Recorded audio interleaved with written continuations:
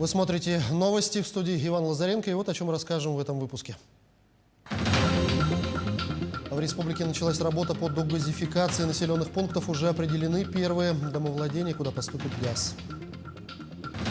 Уголок Якутии в Стамбуле. Сборная России по масс-рестлингу посетила место силы.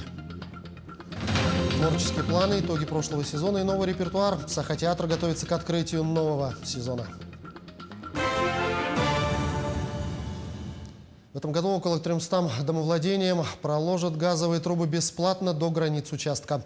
Это те дома, по которым граждане заявились после 21 апреля текущего года. Работу проведет компания «Саха-Транснефтегаз», который является региональным оператором догазификации населенных пунктов региона.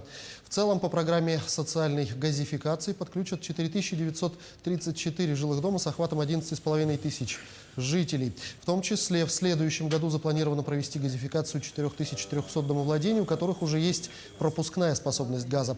Тем временем в регионе насчитывается 600 домовладений, у которых отсутствует техническая возможность подключения к газовым сетям.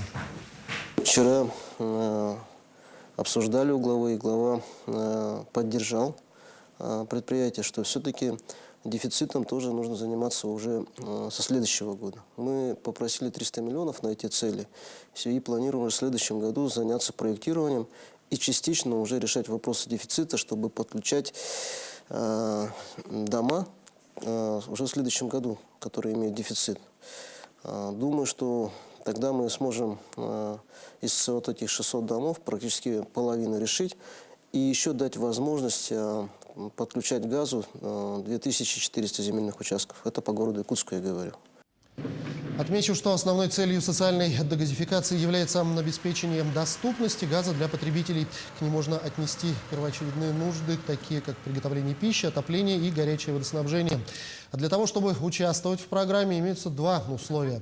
Во-первых, индивидуальный жилой дом и земельный участок должны быть зарегистрированы в установленном порядке, должны находиться в населенном пункте, который уже газифицирован. В целом, реализация этого большого проекта в регионе оценивается 5 миллиардов 400 миллионов рублей. Финансирование планируется в основном из 4 источников. Будет от единого оператора газификации. В стране определен «Газпром». Сегодня предполагается, что «Газпром» может выдать или займ предприятию «Саха-Транснефтегазу». Есть второй вариант, когда мы заходим как договор подряда, он называется инвестиционный договор. Мы выполняем работу для «Газпрома», передаем эти сети.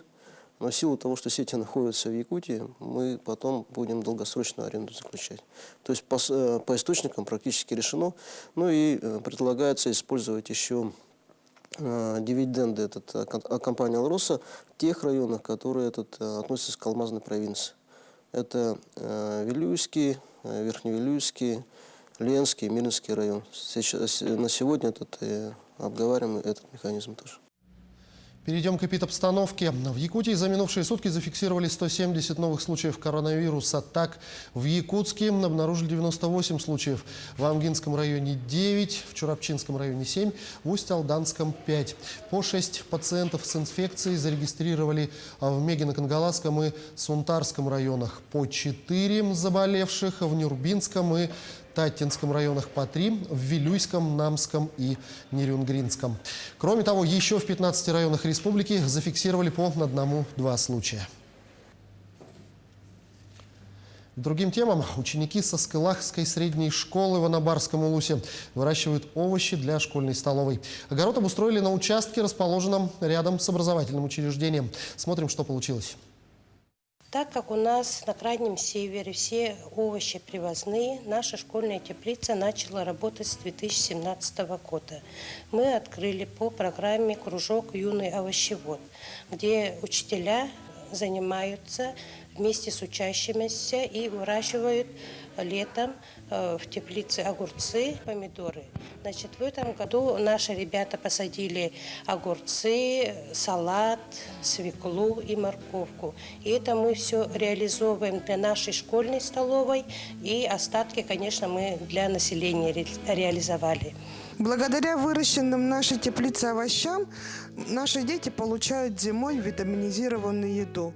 Готовим борщи, рассольник, щи.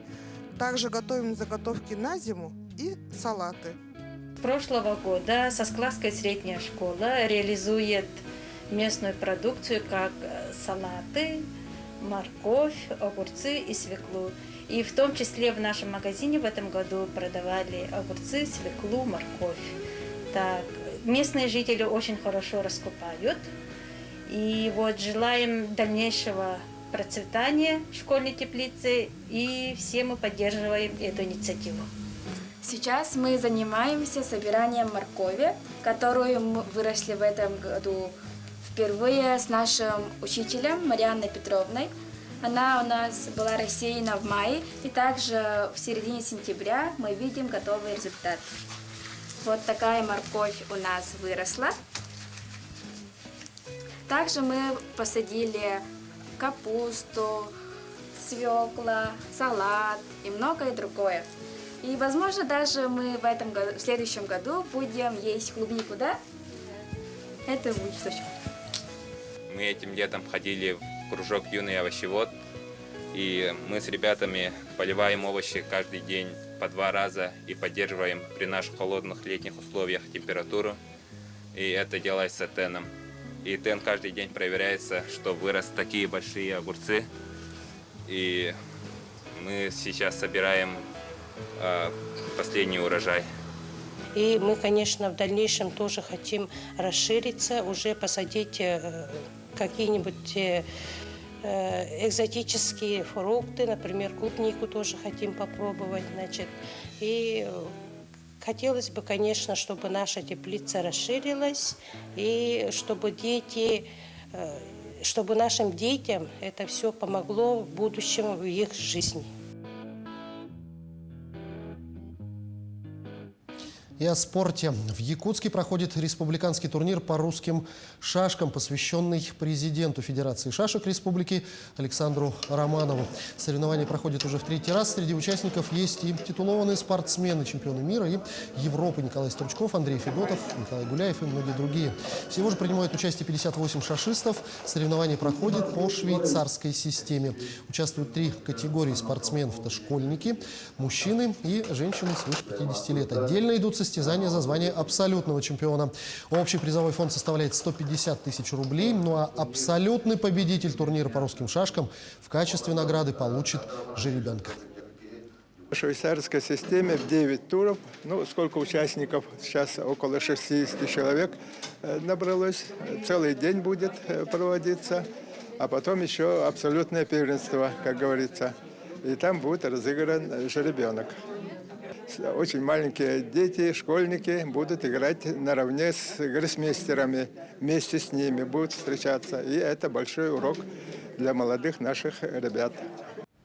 В канун первого соревновательного дня 2-го этапа Кубка мира по масс-рестлингу в Турции сборная России посетила место силы. Об уголке Якутии в Стамбуле смотрите в материале моей коллеги Айсены Бурнашовой. Мы находимся в районе Халича у Золотого Рога в парке Нилюфар. И, пожалуй, именно это место в Стамбуле можно назвать самым сакральным для якутян. Еще в 2017 году здесь был установлен наш якутский сэргэ. Живое наследие предков на турецкой земле. Символическая коновязь появилась здесь в знак дружбы и сотрудничества между Стамбулом и столицей Якутии в рамках Дней Якутска. Для проживающих в Турции якутян сэргэ стал не просто связью с родиной, но и особым местом силы. Сэргэ представляет нашу культуру, на самом деле, в этом красивейшем и, возможно, даже в одном из центральных городов мира. Это место тоже выбиралось не просто так. Сюда приезжал человек до мероприятий Дней Якутска. Они выбирали место, выбирали по энергии, что подходит, да. То есть это не просто так стоит. Сэргэ как символ народного духа, связующий нити между поколениями. Перед стартом важных соревнований масс-рестлеры также не упустили возможности получить благословление у высших божеств.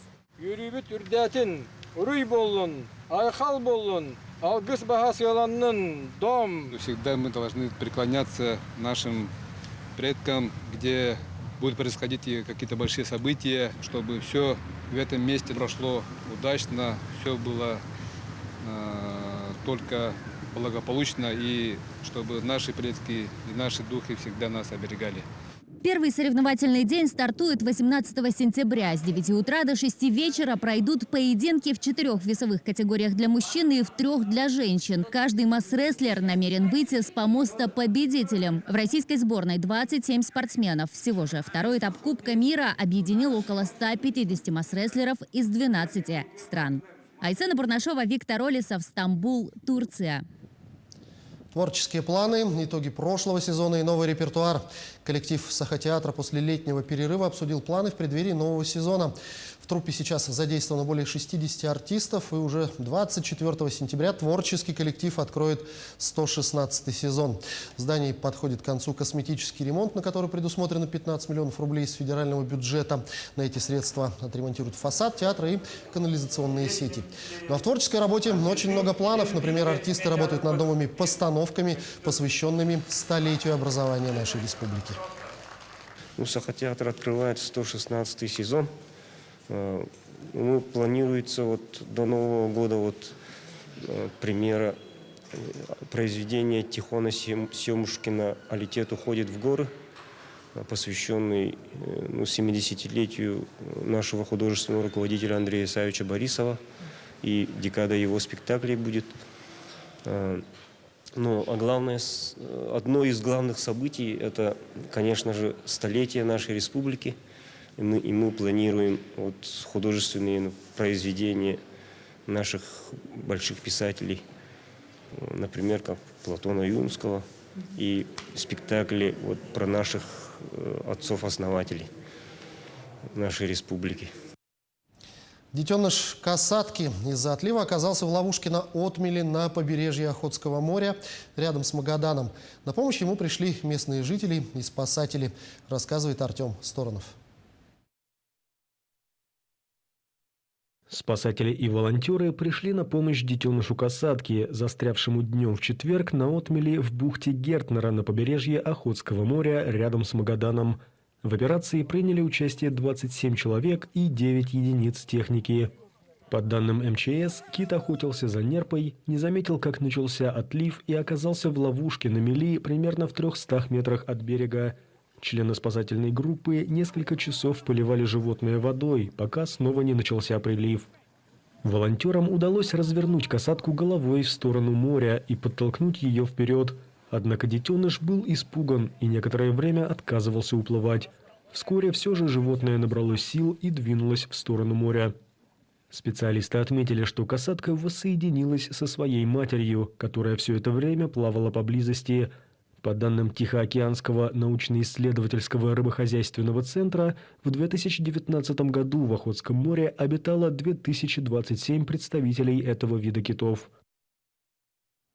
И о погоде. В большинстве районов республики до середины сентября продолжалось так называемое бабье лето, солнечная и сухая погода. Однако уже с 16 сентября с выходом на территорию региона циклона в южных и центральных районах республики прошли дожди. Осадки сегодня наблюдали жители столицы региона. Здесь дожди и облачная погода сохранится до воскресенья, 19 сентября. Другой циклон вышел у нас на северо-запад Якутии. С Красноярского края принес холодный арктический воздух. В Оленёкском-Мирнинском районах сейчас идет снег. На западе республики сохраняется прохладная погода без осадков. В начале следующей недели на юго-запад, затем на центральные районы выйдет теплая воздушная масса с Иркутской области. Кратковременно потеплеет. И дневная температура повысится до 12-17, на юго-западе до 18-23 градусов. К этому часу пока все. Не переключайтесь.